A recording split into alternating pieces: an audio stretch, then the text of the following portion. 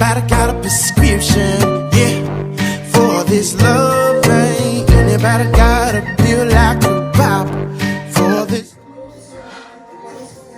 So welcome to All the Way Live with the Love Byrds. I am one half of your dynamic duo. I go by the name of Dr. James Byrd. And to my left is my lovely and talented, anointed, and beautiful wife. Did I say she was beautiful? She is so beautiful. My beautiful wife. And she goes by the name of Dr. Angel Byrd. And together, you know us by the Love Byrds.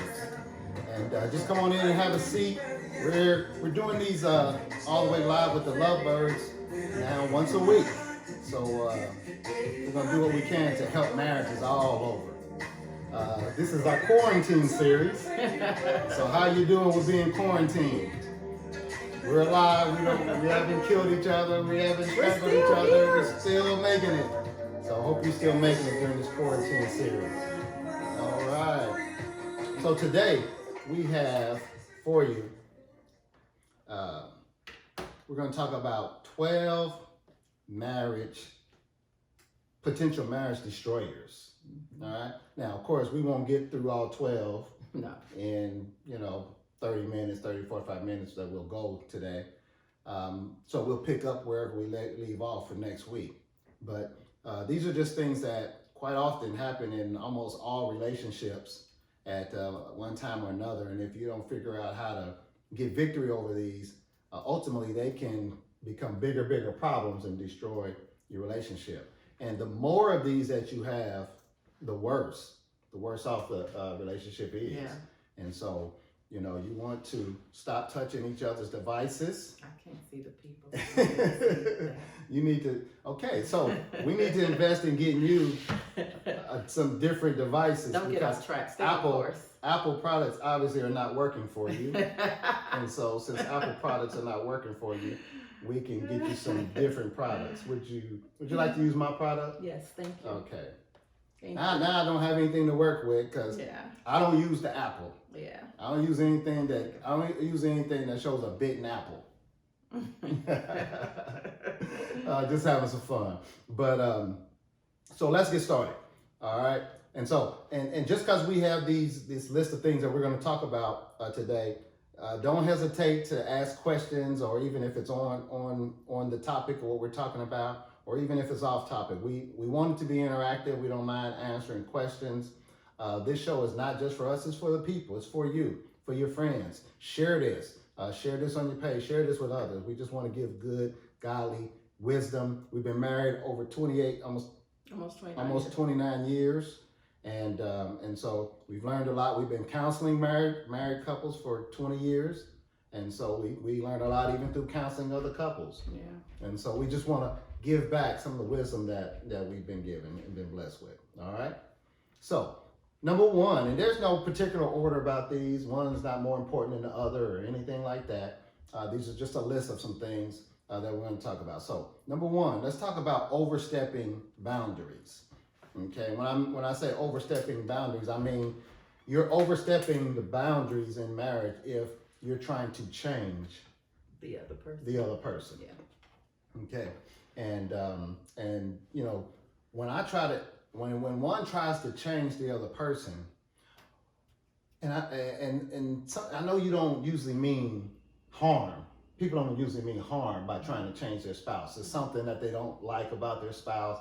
Maybe it's something about their spouse that's different than them, and it brings a source of agitation. And so you try to get them to change. You want to bring peace, and so you're trying to change your spouse. And I believe that, or what we know to be true is that when you try to change your spouse, what ultimately that says to your spouse is you're not good enough who you are. Are rejecting who you are. It says rejection. Yes. It spells rejection to them, disappointment to them. You're not good enough. I'm better than you. All these different types of things is what it speaks to your spouse when you're trying to change them. And I don't think it starts out that way. I think over time it gets that way. Because think about when people are dating, they're trying to change each other in the dating game, but nobody seems to be phased. What's an example of somebody trying to change somebody in the dating phase? Say a woman likes her hair straight, but her hair is natural, and he's constantly trying to convince her to change it.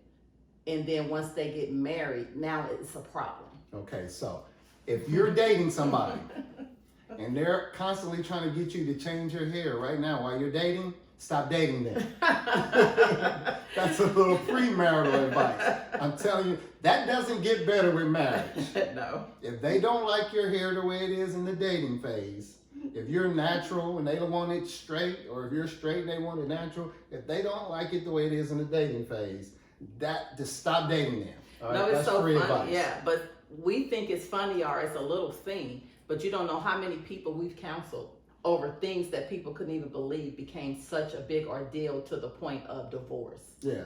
You know, basically you're telling me when you were dating me, you were saying, can you change it up? And you was like, oh, but then now I'm married. Now you're telling me in my mind, you don't like the way I look. And now it becomes a problem long term. Yeah, because those were red flags. Yeah. And listen, there's always going to be some red flags in the dating process. Nobody's perfect. No. So you gotta say what is it that I can live with, or what I can't. Now, in that sense, if what tends to happen is because you're wanting to, there's something missing in you. Yeah.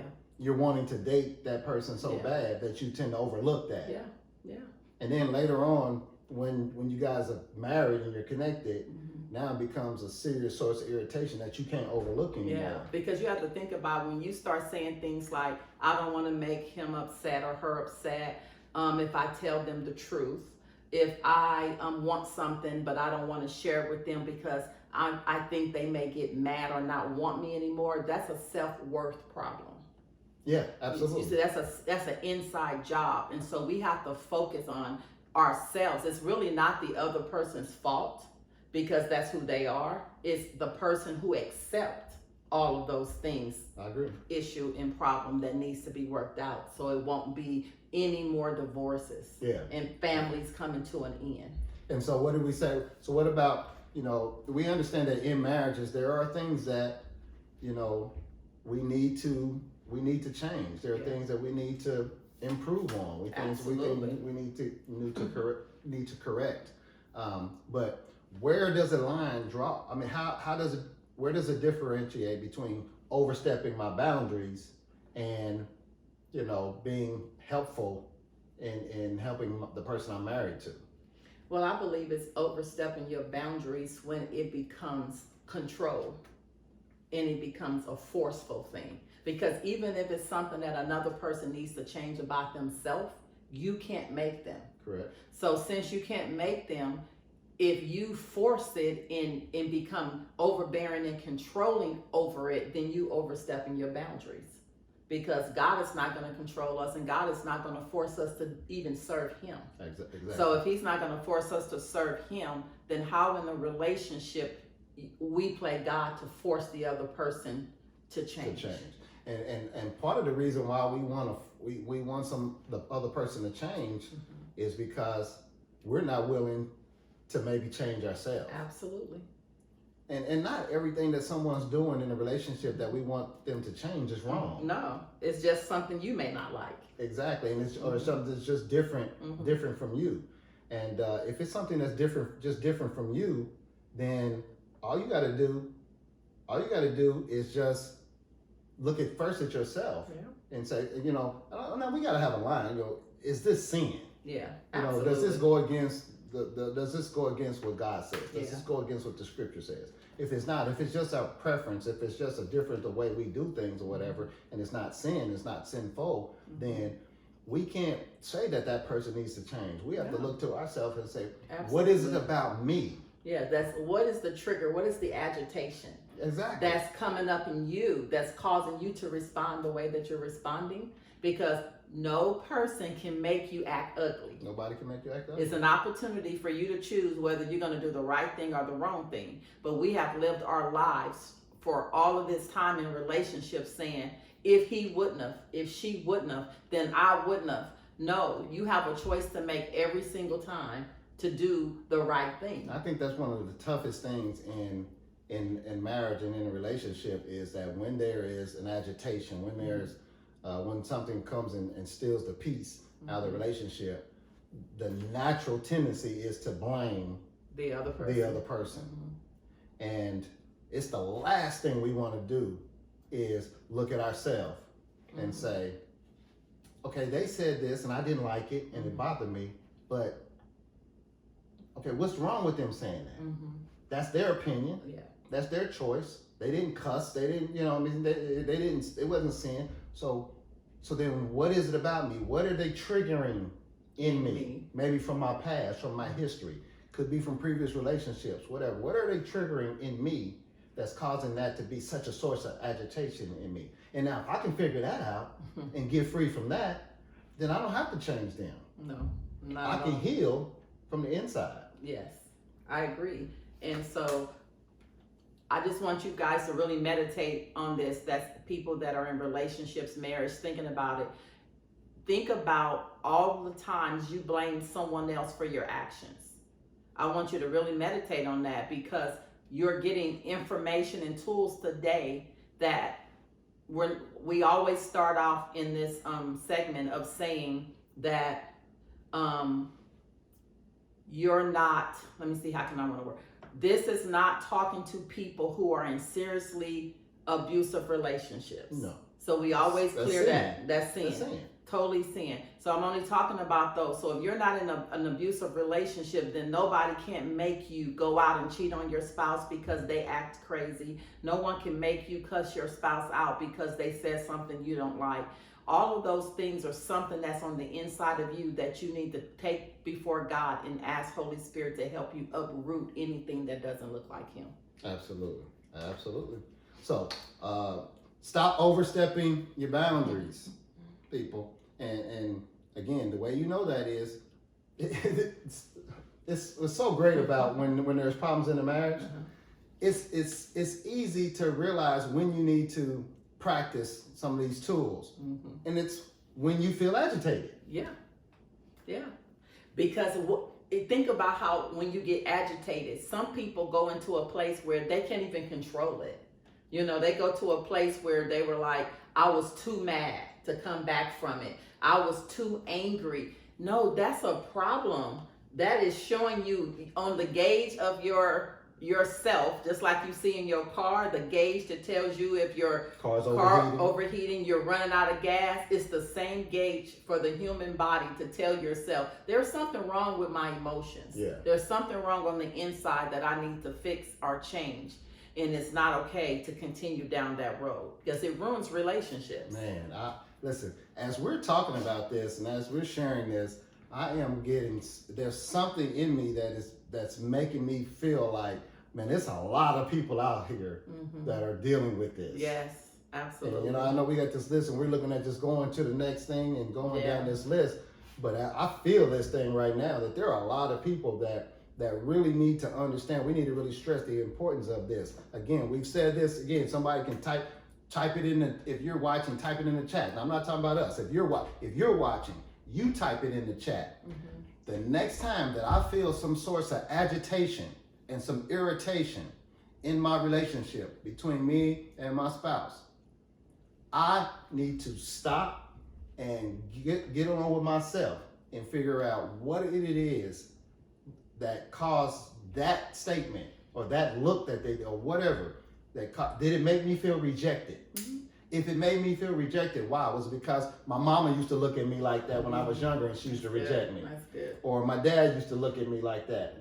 Or the last no good dude that I was with used to look at me like that. And now when I see that look, it reminds me of that. It makes me feel rejected. That's what we're talking about. You got to get to the real root of what's going on, because if you don't, then what you're going to do is you're going to try to tell your spouse they can't look at you like that. Yeah. That's why are you looking at me like that? Are your responses like, what? I mean, you respond ugly. You respond ugly. You can't say that. Like it's wrong that they said that.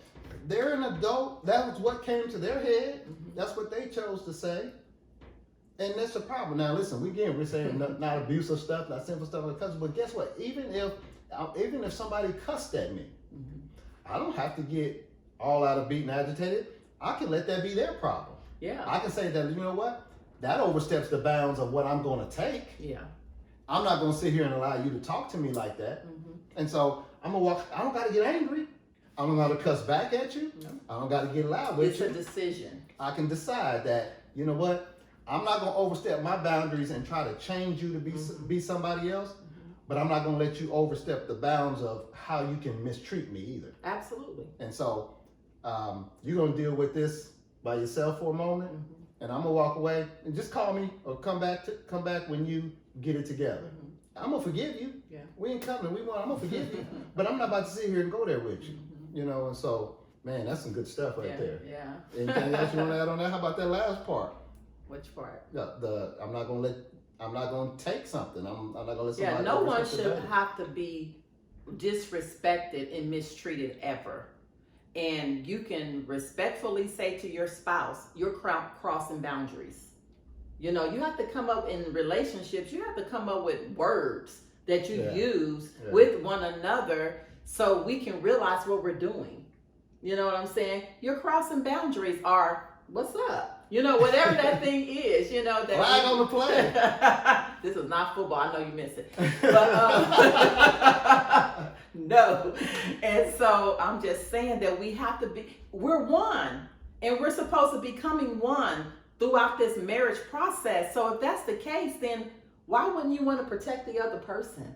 And protection would be, let's come up with words that help us both. Because if I help me, I'm helping you. It's so easy. It's so easy to do this when you're not in that place of source of agitation. It's so easy to do this. It's so easy for us to tell you about this. I know, it's but so we easy. get in that situation. But when that situation happens, the natural thing is to respond. Yep. It's your Instantly. automatic, instant respond, which, man, a lot of times then that causes this tug of war, this back and forth, you know, and so. Yeah. Ooh, so we're not even coming at you like we don't ever Oh my God. slip or miss it in these areas. Yeah, because I think about over the years how you I just don't like the way you be looking at me, you know what I'm saying? Yeah. Or whatever. And I'm just like, what are you talking about? Like sometimes I don't even know I'm doing it. Yeah. You know, and so, but it bothered you so much, you know, Absolutely. and so me looking a certain way, how does that set another person off to that degree? And what it means is that I'm placing a judgment on her that look means this. Okay. You with me? Okay, say it again. Because I'm reading Dr. Stay with Douglas' me. message. Stay with me. Okay, go ahead. And so if you look at me a certain way, see, I gotta keep her focused. Focus, stay with me. If you look at me a certain way that I don't like or whatever, and something, and I react or respond to that, then what that's saying to me is that I'm placing a judgment on that look to say you mean this by that look. Yeah, because what else can set you off? Right, and so I don't have the right. That's only God can know what you really mean by your look. Now, unless over the course of time you tell me that when I look at you like that, that means I'm teed off, I'm mad, or that means I don't like what you said. And if you tell me that constantly, then I can start to assimilate that look with that. But if it's just I don't like the look, you know, and I can't judge. I can't always take my wife's looks. So let's just talk about us for a second. I can't always take my wife's looks because she wears so many emotions on her face and sleeves and body and everything like that or whatever. And so she can look at a certain way, and I take it like, oh my God, she's mad at me or whatever. And it could be something somebody text her. Yep. And it had nothing to do with you. it had nothing to do with me. It could be, it's a bad day. She's having some bad days off and on right now based upon what happened over the last few weeks. Yeah. And so, but when I take that personal, then now I'm mad and it may not even be, and I know this to be true because this has happened. I've been like, let me go to my office and get away from this chick. And then later on, a couple hours later, whatever, she'll be like, I was on the phone earlier with such and such, and you know what they said? They said this or whatever. And then and while she's telling the story, I'm like, you mean to tell me she wasn't mad at me? Oh my gosh, I thought she was mad at me. So people got issues. So think about that. That is a great sign to show you the majority of the times you're angry is something that you thought of on your own. Yes. A judgment that you created in your own head, in your perspective, because you never asked the person, excuse me, why are you looking at me like that? Oh.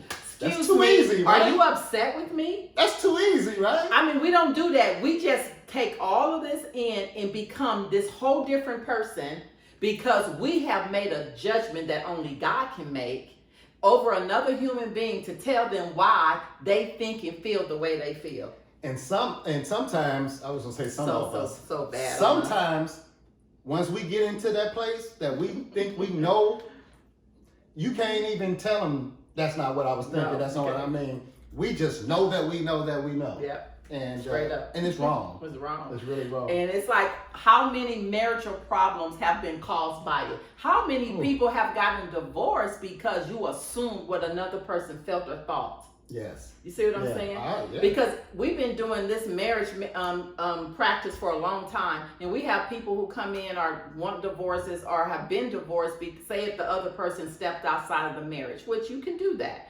But at the same time, you can do that? No, you can't do it.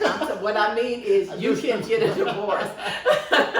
And so what I'm saying is they stepped outside of the relationship, but the other spouse don't take the time. They create why they did it. Yes. It's because of me, because I'm not good enough. It's because I'm not what they still want. Most of the time, that other person is so broken, they don't even know why they did it. Exactly. You see what I'm saying? And so, and if you ask them why they did it and they tell you the truth, most people won't believe them. They already have their They already have your own made up mind why it happened. So how could you ever receive healing and be able to move on? Because most people sometimes when that happened, they still want their marriage. Yeah. But they don't keep it because they can't get rid of the thoughts. They can't get... Oh man, the thoughts. Man. It could be one thought. One thought that can ruin your life for the rest of your life. For the rest of your life. And so this thing right here is no joke.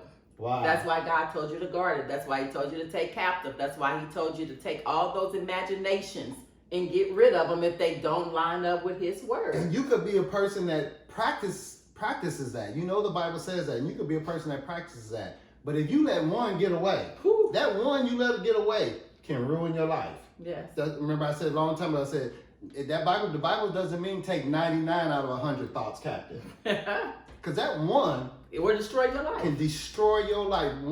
How many times have we counseled people and one thought for so long ago has been the source of what has changed the course of their marriage. And it don't even be an accurate thought. Yeah. It's something that played over and over and over in their mind, and it got bigger and bigger and bigger, where it took captive of them. Yeah. That's crazy. Ooh. But we've all done it because I was a master at it. Man. Oh my gosh. All right. Y'all ready for us to move on to the next one? All right. So again, that was overstepping your boundaries for those who may have just joined in, or you can go back and watch, but you don't overstep your boundaries in the fact that it's not your job to change your spouse. When you try to force change on them, that makes them feel rejected, unloved, disrespected. You don't think they're good enough. It makes them feel a certain way, and it usually drives anger. Because whenever another person feels like they're trying to be changed by another human being, that's rejection. It's some way that God made us that we fight back. Yeah. You know, we're not having it. That's obvious rejection. Yeah. So quit trying to overstep your boundaries and change your spouse. All right, let's go on. Number 2, we're going to talk about a lack of communication. Meaning, when I say that, I'm talking versus communicating. Okay, there's a difference in talking and communicating. What do I mean by that? You can be one person can be talking and the other person can be listening, or just acting like they're listening. That's talking, but communicating means that it requires it requires both people to be engaged. It really needs to be, for it to be effective communication, it needs to be a judgment-free zone. Meaning that I'm giving you the ability to say what you feel, what's on your heart, and not be willing to attack you because that's how you feel. And vice versa. You can say what's on your heart, however you feel, and not me be able to attack you. I mean, years and years ago or whatever, I mean, there was times I used to feel like, I used to say, you can say whatever you want to say, but whenever I say what I want to say, you don't like it, or you pick it, or whatever, something like that. And back in those times, that was real tough. That was real tough on me. And I'm sure that, I don't know, vice versa, you may have felt it at times in our relationship as well. But both people have to be open to share how they feel and not be afraid that the other person is so broken that they're going to come unglued. Yeah, because of what that person said. That's an unhealthy situation, period. But what I feel effective communication is when both people walk away clear and both people understand and we have come to some type of rationale. You know, I mean, it's like, so we're talking and you feel like you got your point across and you say, I'm a great communicator. I said everything I needed to say, but it wasn't effective in the relationship. The other person didn't get what they needed. They didn't leaving this thing feeling good about the conversation. So healthy communication is when you have the patience and the time to take out to be able to make sure both parties are good with the conversation. Yeah, and both parties can't be good if the way you're communicating is trying to, we say win. Yeah. It's trying to win the conversation. You're right. And that's when you say, you know, when you make demands through your communication. But if you say, listen, I'm not saying this is right, necessarily right or wrong, but I'm just saying this is just how I feel. Nobody can't come at you with your feelings. Nope. That's how you feel. It doesn't mean that you're the one that's 100% responsible for their feelings. So stop telling your spouse that ain't how they feel. Yeah, or they don't have a right to feel they don't that have way. a right and say, well, I didn't that ain't how you feel. You shouldn't feel that way. Yeah. No, you can't say stuff like that because their feelings are their feelings. Their feelings are their feelings. And you're so busy trying to convince them not to feel that way. And that's unhealthy communication. And so for it to be healthy, then if I'm able to say what I feel, and that may not even be how you feel, but that's how I feel. And then you accept that. Then you're able to share how you feel. Yeah. That may not be how I feel, but I allow you to share how you feel. And then to really seal that thing up, once I know how you feel, even if it's not how I feel, once I know how you feel, if it's anything that's not good, then I should be empathetic to that. You should be concerned. And I should be like, you know what? That hurts me that you feel that way. That bothers me that you feel that way. And if there's anything that I could do to help, you know, you not feel that way, then I'm willing to do that. You know, and if it's a source of your feeling is a source of something that I've been doing that is sinful or ungodly, then I'm going to change that. I'm going to do everything in my powers to change that. Absolutely. And that brings about effective communication. That's not attacking one another. That's not forcing or get with ineffective communication. You can get into the area of overstepping your boundary. So it kind of falls in line together. So you know, you've heard this before, maybe you haven't. The best way to communicate, especially when there's any sources of agitation or irritation, is not to say what you do, or you always, or you never, or things like that. It's like we got to really practice to get those words out of our vocabulary. Yes. You always, and yes, you did, and those words, as soon as you start with them, the defense something happens. You know, something happens. A great way to communicate would be to say, this is what it looked like to me. You said this, and this is what I heard, and this is how that made me feel. And then that other person can say, if they don't think they said that, then it shouldn't be, that ain't what I said. If they don't think that's what they said, they just said, that's not what I thought I said. Yeah. And so this is what I meant to communicate. Okay. And what I meant. And because, you know, we've been down in the past, we've been down there, no, that ain't what you said. Yeah, it is what you said. Now we both think we're right. Right, yeah. And you both think you're right, but you feel horrible. Oh, yeah. You see what I'm saying? You both think you're right, you won your case, but you still feel horrible. But you feel horrible, but you more so feel like they the problem. Yeah. Because you know you heard right, or you know you said I'm what the you only said. one that can hear. And so we don't have a recorder, we don't have a camera, we can't go back and play it. And so we're both assuming we're right. And then again, now we're playing God. Yeah. And we have to both allow ourselves to realize that we can both be wrong. Yeah. You know, communication and communication sometimes has to be said multiple times. Yeah. What you're saying, you need to say it multiple times. If you're listening and she says something to you, man, sometimes you need to say, okay, is this what you're saying? Yeah. Repeat it back. Is this what you're saying? Mm-hmm. If that is what she's trying to communicate, then she can say, yes, that's exactly what I'm saying. If that's not what she's trying to communicate, she'll say, no, that's not what I'm saying. Mm-hmm. And then she can rephrase it or restate it. Absolutely. And then you say, okay, this is what you're trying to say. And she said, yeah. Once she says, yes, this is what I'm trying to say, you're moving into effective communication. There you go. And you can continue to move forward with your response on it. But so many times when someone's talking, our brains, the way our brains work is it starts to begin to think about our response. Yes, because you want to win. And you're no longer effectively listening. At all. The best part of effective communication is effective listening. Yes. And so when you're no longer effectively listening, now you're not going to be able to effectively communicate. Absolutely. And so when my wife is speaking, I should resist everything that's within me to formulate my response. My total focus should be on making sure I'm clear with what she is trying to say, how she feels, so I can repeat back. If you can't repeat back what she's saying, you weren't listening. And vice versa. If you can't repeat back what he said, then you're not listening. And listen, I'm not trying to come down on you. We all do it. It's natural. So when we talk about these things, we're not trying to beat up on you. What we're trying to do is say, start catching this. Yeah, pay attention. Pay attention to the signs and the signals. Like I always tell my clients with nutrition, pay attention to your body. It'll tell you when it's off. Exactly. Pay attention to the temperature in your relationship is telling you it's off. And so we have to pay attention to those things. And again, since we've been saying this since the start of the show today, whenever you feel agitation, that's when you need to pay attention. Yeah.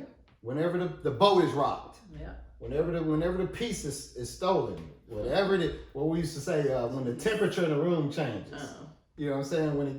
When it gets cold, when it gets frigid. Read that. You know, and so that's what we need to do. Yeah. I can't read. You gotta talk. Okay. No, I said read what Dr. Tucker said. I know, but I mean you gotta talk while I read. We can't both be talking.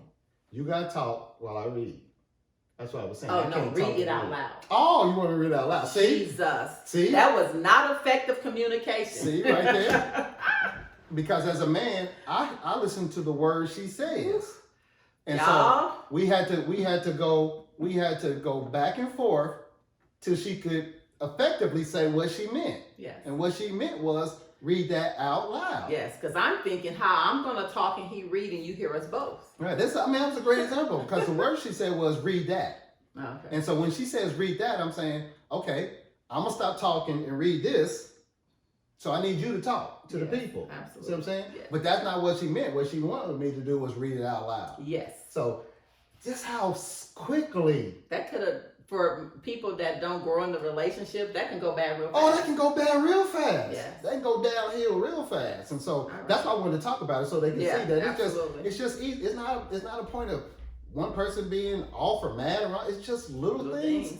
Little foxes can come in and ruin a good conversation. Absolutely. Right? You say you be on a date and everything's going good, the date's going good, and just one little misstep in the words or misunderstanding the word, and now the whole date's gone sour. Woman like, take me home. How many of y'all have thumbs up if that's happened to you? You've been on a date and it went sour. And then you didn't want to finish the day. Just take me home. Give me some thumbs up if that's happened to you. Give me some hearts if that's happened to you. Yeah, I know. It's happened to us before. It happened to us when we was on vacation out of town one time. Man, can you believe that? The Love Byrds? I was like, I'm getting on a plane. Yeah, she wanted to cut the vacation short. It's over. She like started looking on airlines like, can I get home sooner? Like, I'll be on vacation with you. So what happened? Let me read this. She wanted me to read it. Effective communication begins with a sincere desire from both parties to want a healthy and loving resolution. Even it's not what one party personality expects, but it is willing to process the information. Let me see, there's more. Process the information maturely for a win-win resolution. Yeah, so that means we got to grow up in these relationships. We can't keep staying babies where everything that is said to us, our feelings are so paper thin that we're done for the whole day. And some people done for the whole week. Yeah. You know? Yeah. And so we got to grow up. We're in the kingdom. We can't be no babies in the kingdom. And listen, man, I mean, we've been there. We've been there.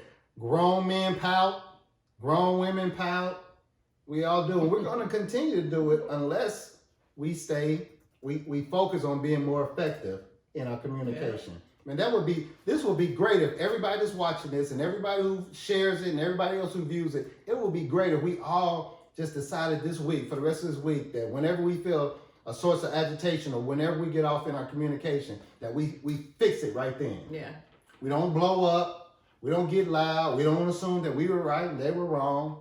We just back it up and we just fix it and get it together. I remember a time we'll go to the next. I remember this story where we went to I believe we were in Dallas. We're always in Dallas, but yeah. And we had flew in Dallas, and so we got dropped off at the rent-a-car place, and we were getting a rent-a-car. And so we got the rent-a-car, and so we're getting ready to leave out of the rent-a-car place, and I'm asking her, do you want to go to the hotel and check in, or do you want to get something to eat first and then go to the hotel and check in? And I guess I think she said that she had already mentioned, I don't know if she said she had already mentioned that she wanted to go to the hotel, and so whatever, our wires got crossed up. And so while we're pulling out a rental car place, now all of a sudden we're trying to figure out what is it going on when neither one of us are mad at each other.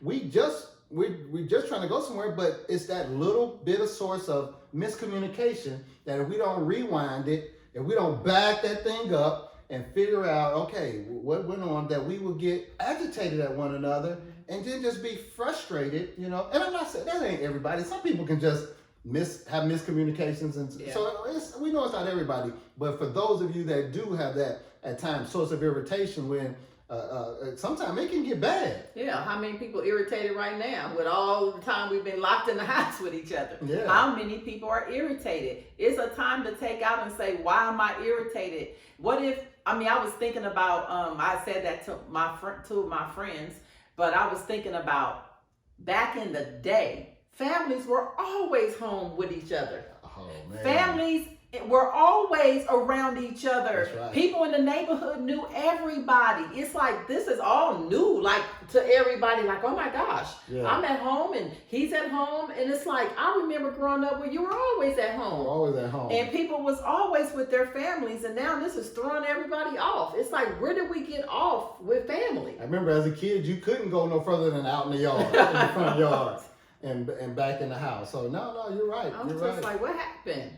Good. That's good stuff. All right, where we at time-wise? We got time for one more. All right, we got time for one more, and we'll be done for today. Number 3, declining occurrences of sexual intimacy, usually due to declining intimacy. All right, so one of the things that can really be something that can eventually blow up in your marriage and really, this really can depend on age and what's comfortable for both parties. When you're young, sometimes you feel like little rabbits, 4 or 5 times, a week, 2 times a day, whatever the case may be. If you're elderly or up in years, maybe, once a week is enough, or, a couple of times every other week, I don't know. But if you're in that zone where you want that intimacy on a regular basis, whatever regular is for you, and if that regular wanes and it starts to disappear, that can become a source of problem in the relationship. Now we understand that there are reasons that at times when it may wane. There can be times your wife could have something physically going on in her body, and you can't be so out of control as a man that you gotta meet my needs or whatever, when she got a tumor in her. Or something that she needs to go get surgery on or something like that. There could be, death, there could be loss, grieving, different things can be going on. She could be drowning with the kids and work and cooking, all the kind of things that go on, and you're not wise enough to look and say, you know what, I need to take a little of this load off of her and give her a little chance to get away, take a Calgon bath and relax and refresh, or whatever, whatever case it be. That's part of the intimacy that helps keep the physical intimacy. But it's so much self involved in our lives today that we feel like we're being left out when you're not thinking about the other person. And that what other reason will it affect you if one or the other is having some issues in the intimacy that most people deem intimacy, which is just only... No, we're talking about the physical intimacy. Yes, the physical. But I'm saying, you said, what if you can't? You know what I'm saying? But I know people personally that their husbands or whatever are like in a tailspin. yes, this is happening, but how much longer is going to happen, instead of thinking about the health, the wealth of their spouse. Exactly. And it's like, that's a selfish move. It is. And that means that the real intimacy is not there in the relationship. Mm-hmm.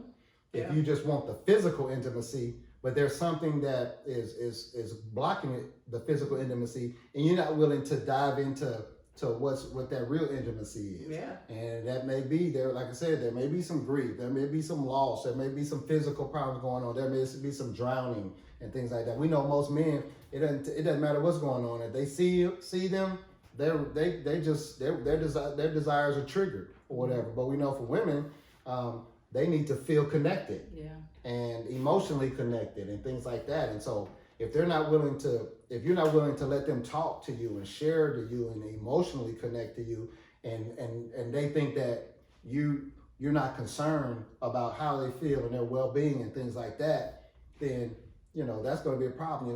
I mean, just like today, I'm going to say, well, but you text me something today or whatever, and because I was in my office, you text me something today, and I'm like, I'm not about to text her back on this. I came into the room and let you know that, hey, it's okay.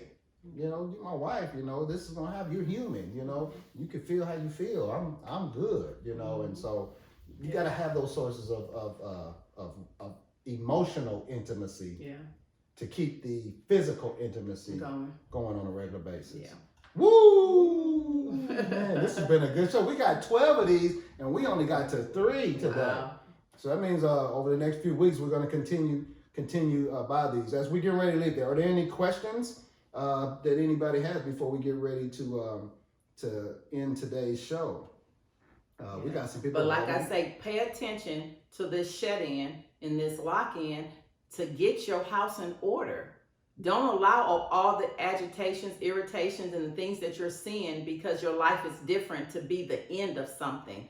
Pay attention to them and start putting stuff in place to be able to make it smooth and better and getting your house in order. You don't want to come out of here with stuff still torn up. You want to get your house in order. All right. Well, I'm going to give you the last, I'm going to let that be the last word on this week. Okay. I'm so excited. Well, thank you all for tuning in to All the Way Live with the Love Byrds. Again, I am one half of your dynamic duo. I go by the name of Dr. James Byrd, and this is my partner, my ride or die, my love of my life, the most beautiful and talented woman in the world. And she goes by the name of Dr. Angel Byrd. And together we are the Love Byrds. And we will see you next week, continuing the quarantine series, 6 p.m. Central Time. Again, if you like this information, man, share it. Don't be selfish. Share it. There are other people, even if you know this, other people may not know this. So go ahead and share this information. We're gonna get on out of here with Closer by Joe.